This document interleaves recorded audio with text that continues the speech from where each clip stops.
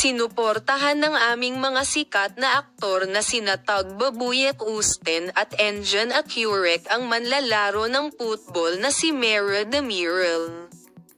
Ang mga manlalaro na sina Tagbabuyek Usten at Engin Acurec ay kumikilos para kay Mera Demiral, na nag-iwan ng kanyang marka sa Fenerbahce 2024.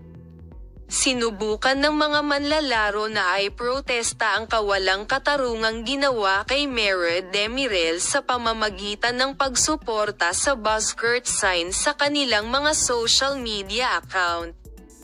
Interesado si Fenerbahce sa pambansang manlalaro ng putbol na si Mera Demiral, na nag-iwan ng marka sa Euro 2024 sa kanyang pagdiriwang ng buzzcut sa laban sa Austria.